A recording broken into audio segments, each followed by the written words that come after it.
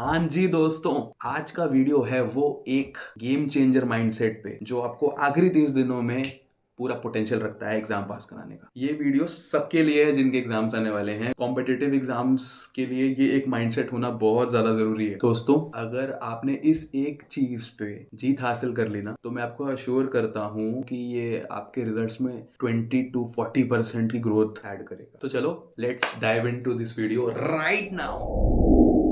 Hi, I am Naman and मैंने recently CS exams qualify किए हैं। अगर आप इस चैनल पे नए हो तो consider subscribing to my channel. अभी आपने रिसेंटली देखा होगा जो इंडिया वर्सेस ऑस्ट्रेलिया मैच हुआ था, उसमें हमारा फाइनल में डिफीट हुआ। क्या आपने वो पहले 10 मैच देखे जिसमें इंडिया ने डोमिनेट किया था? हमारा एक एक बैट्समैन एक एक बॉलर परफॉर्म कर रहा था। आपने कभी ऐसी टीम देखी है जहां पर बैट्समैन और बॉलर्स के बीच मैच चल रहा है? बैट्समैन 400 रन मार रहे हैं, बॉलर 6 विकेट 5 विकेट निकाल रहे हैं, स्पिनर्स भी विकेट निकाल रहे हैं। इससे अच्छी टीम क्या हो सकती है? स्टिल हम फाइनल में आके हारे। ऐसा क्या हुआ? या ऑस्ट्रेलिया ने उस दिन ऐसा क्या बहुत अच्छा कर दिया कि ऑस्ट्रेलिया जीत गई वो मैच? धागा खोल दिया एकदम। मैं बिल्कुल इंडियन टीम के साइड हूँ और बिल्कुल सपोर्ट में हूँ इंडियन टीम के, बट अगेन हमको फेलियर से सीखना तो ज़रूरी है। और मैं श्योर हूँ जो मैं बोलने जा रहा हूँ अब इंडियन टीम भी उसी चीज़ की प्रैक्टिस करने वाली है बहुत ज़्यादा, क्योंकि स्किल्स के मामले में तो इंडिया का कोई तोड़ ही नहीं था। पर ये तो वीडियो होने वाला था आपके एग्जाम्स के लिए, तो मैं यहाँ पर इंडिया वर्सेस ऑस्ट्रेलिया के मैच की बात क्यों कर रहा हूँ? आने वाले कुछ दिनों में आपके ऊपर इंडियन टीम जैसे ही बहुत बड़ी चीज आने वाली है जिससे आपको टैकल करना ही होगा, मैनेज करना ही होगा, वरना आपके पास बहुत अच्छी पढ़ाई होने के बावजूद सिर्फ उसको ना मैनेज करने के चक्कर में आपके रिजल्ट्स खराब हो सकते हैं। तो इस वीडियो में हम उस एक माइंडसेट की बात करेंगे कि प्रेशर को हैंडल कैसे करते हैं और प्रेशर को हैंडल करते हुए अच्छे से परफॉर्म कैसे करते हैं। अगर आप ध्यान से मैच को उठा करके देखो तो in comparison to India, Australia एक बहुत ख़राब पोजीशन पे था। स्टिल उसने क्या किया, उसने अपना प्रेशर मैनेज किया और वहाँ से गेम को निकाला और 3 विकेट पे ही सारे रन बना डाले। और इंडिया, जिसके 2 विकेट गिरे थे उस समय तक, वो टीम प्रेशर नहीं मैनेज कर पाई। बहुत ज़्यादा प्रेशर था, आपको दिख रहा होगा वो, इवन द फील्डिंग के टाइम पे भी आपको दिख रहा होगा कि वो प्रेशर मैनेज नहीं हुआ।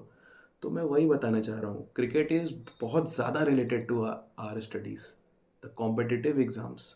मैंने अगर क्रिकेट को उठा के बहुत कुछ सीखा है ना, तो एम एस धोनी से सीखा है। उनकी हर बात मेरे एग्जाम्स में बहुत ज़्यादा अप्लाई करती थी।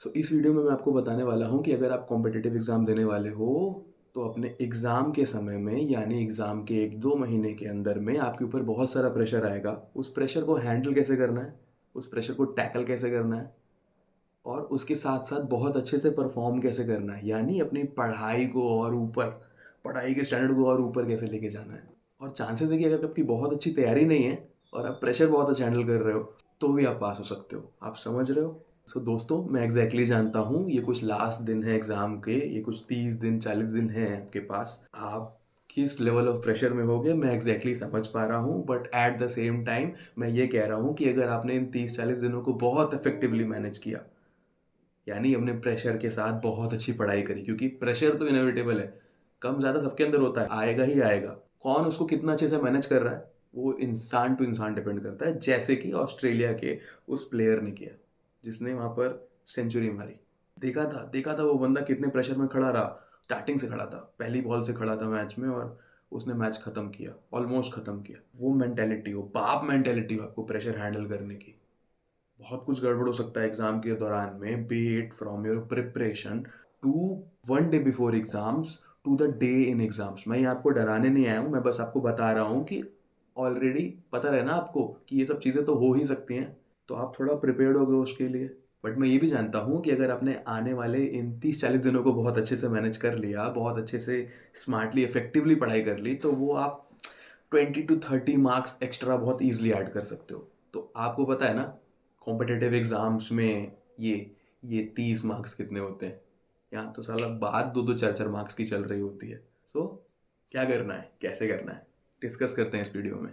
तो आज मैं आपको प्रेशर हैंडल करने के ABC बताता हूँ। फर्स्टली, प्रेशर हैंडल करना एक बाद की चीज़ है। उस प्रोसेस में जो पार्ट ए है वो क्या है? वो है एक्सेप्टेंस, टोटल एक्सेप्टेंस। कभी भी आप हल्का सा भी प्रेशर सिचुएशन में, पैनिक सिचुएशन में जा रहे हो, यानी आपने कुछ खोला और आपको रिकॉल नहीं हो रहा, आपको याद नहीं आ रहा, आप, ये एक सिचुएशन हो सकती है। ऐसे ही आपकी क्लासेस नहीं कंप्लीट हुई, या फिर आपने मॉक पेपर लगाया और आपको दिख रहा है कि आपको कुछ आ नहीं रहा है, कुछ भी, accept it, just accept it. अगर आपने वहाँ पर अपने अंदर एक कॉन्फ्लिक्ट क्रिएट किया, क्या मैं पास हो जाऊँगा, क्या मैं पास नहीं होऊँगा, ये देख करके उस सिचुएशन को आप टाइम वेस्ट कर रहे हो। इस समय वो टाइम नहीं है अपने पास। जस्ट एक्सेप्ट, तुरंत एक्सेप्ट कर लो ना भाई। हाँ यार, ये नहीं हो पा रहा है, कोई बात नहीं, नहीं हो पा रहा है। अभी मैं ये मॉक दे रहा हूँ, नहीं हो पा रहा है। अभी मैं रिकॉल कर रहा हूँ, नहीं हो पा रहा है। जब आप एक्सेप्ट कर लोगे तो आप आगे जाने की सोच सकते हो, तो आप आगे बढ़ सकते हो। लेकिन आप इसी कॉन्फ्लिक्ट को और बढ़ावा दे रहे हो अगर आप उसको एक्सेप्ट नहीं कर रहे हो तो the A of handling pressure is acceptance. जैसे ही आप एक्सेप्ट करते हो, आप अपने आप को, अपने ब्रेन को एक सिग्नल देते हो, चलो यार ठीक है, आगे क्या। हमारे फाइनल में एक रेजोल्यूशन ऑफ कॉर्पोरेट डिस्प्यूट्स का पेपर है। उस पेपर में मैं बहुत नींद में गया था। मुझे लिटरली कुछ, मतलब ऐसा नींद सा इतना ज़्यादा था कि कुछ ऐसे लाइटें भी डिम दिखाई दे रही थी और बहुत नींद में था और मेरे साइन वाइन भी नहीं बन रहे थे, मेरे से लाइन वाइन टेढ़ी खींच रहा था मैं।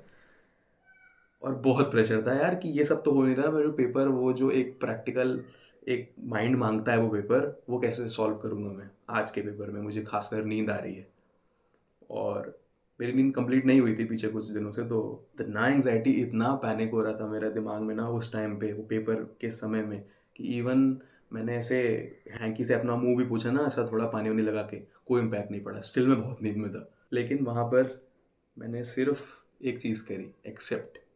यार सच में मैं नींद में हूँ, सच में मुझे नहीं समझ में आ रहा कि ये सब कैसे होगा, मेरी लाइन सीधे नहीं खींच रही है, मेरा साइन नहीं बन रहा है, मेरा नाम नहीं लिखा जा रहा है ढंग से। मेरी सच्चाई यही है कि मुझे इन सब चीज़ों के साथ ही पेपर देना है। जैसे मैंने खुद को ये दिलासा दिया ना कि यार यही सच है, अब लड़ना है या भागना है, भाग सकते नहीं है तो बस लड़ो। तो मैं उस प्रेशर सिचुएशन की बात कर रहा हूँ जब आप एग्जाम हॉल में बैठे हो। अभी तो मैं 30 दिन पहले की बात कर रहा हूँ, और आपको पता है ना, वो लेवल ऑफ प्रेशर भी एक्सेप्टेंस से हैंडल हो सकता है। जैसे ही आपने एक्सेप्ट कर लिया यार ये दिक्कत है, माइंड आगे प्रोसेस करने लग जाएगा चीज़ों को। लेकिन अगर आप इसी में अटके रह गए तो आपका टाइम वेस्ट होता जाएगा और प्रेशर किक इन करता जाएगा। Getting my point. आते हैं प्रेशर हैंडल करने के बी की तरफ। मैंने कहा ना ABC, part B of this is breathing. So एक योगिक ब्रीदिंग है जिसको मैंने अपने वर्कशॉप में भी बहुत बार कंडक्ट किया है। सो मैं बताता हूँ इसे करते कैसे हैं। लेकिन उसके पहले, जब आपने एक्सेप्ट कर लिया कि यार प्रेशर किक इन हो रहा है और कोई चीज़ आपके हिसाब से नहीं हो रही है, रिलैक्स, ब्रीथ करो। उस ब्रीदिंग में करना क्या है, आपको आंख बंद करनी है, बहुत ज़्यादा डीप ब्रीथ करना है, और जब आपको लगे कि आपकी ब्रीथ कंप्लीट हो गई है तो थोड़ा सा और ब्रीथ करना है ताकि आपका लंग थोड़ा सा अपने फुल एक्सपेंशन पे आ जाए। समझ पा रहे हो?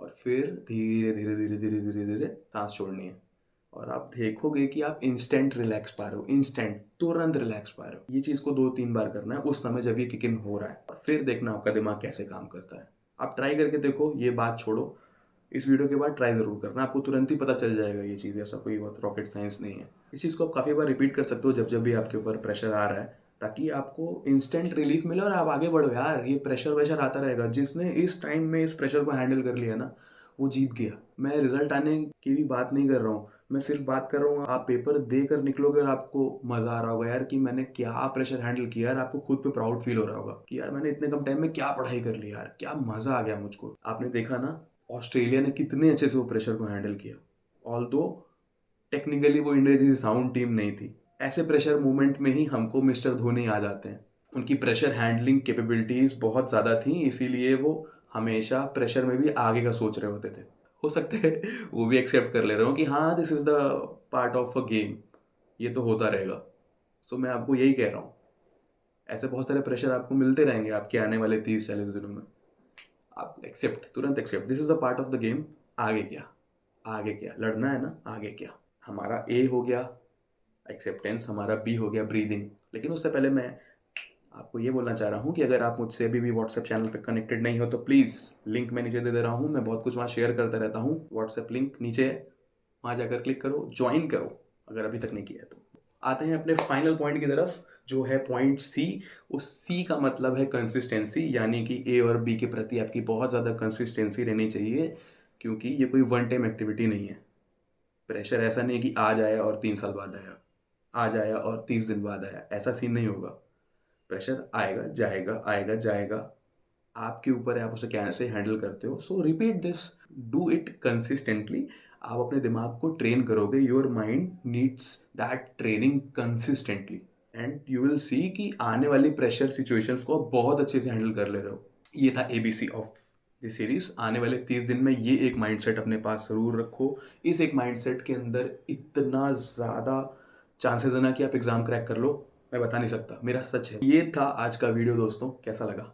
और मैं ये बताना चाहता हूँ कि मेरे वीडियोस के थ्रू, मेरे लिंक्डइन पोस्ट के थ्रू काफ़ी कुछ आपकी स्टडीज़ में हेल्प हो जाती होंगी, लेकिन मैंने recently one on one call लेना शुरू किया है। तो अगर आपको एक्चुअली बहुत ज़्यादा प्रॉब्लम है और ऐसा कुछ है जो चैट्स पे डिस्कस नहीं हो सकता है, इसको हम उन कॉल्स पे डिस्कस कर सकते हैं। वो भी मैं लिंक नीचे दे रहा हूँ। और इसके साथ साथ आप बताओ मैं और कौन से टॉपिक्स पे वीडियोस बनाऊं, जो भी आपकी प्रॉब्लम हो सीधे कम ऑन, लाइक करो, शेयर करो, और सब्सक्राइब के लिए मैं आपको हमेशा बोलता ही रहता हूँ। मिलते हैं नेक्स्ट वीडियो में, बाय बाय।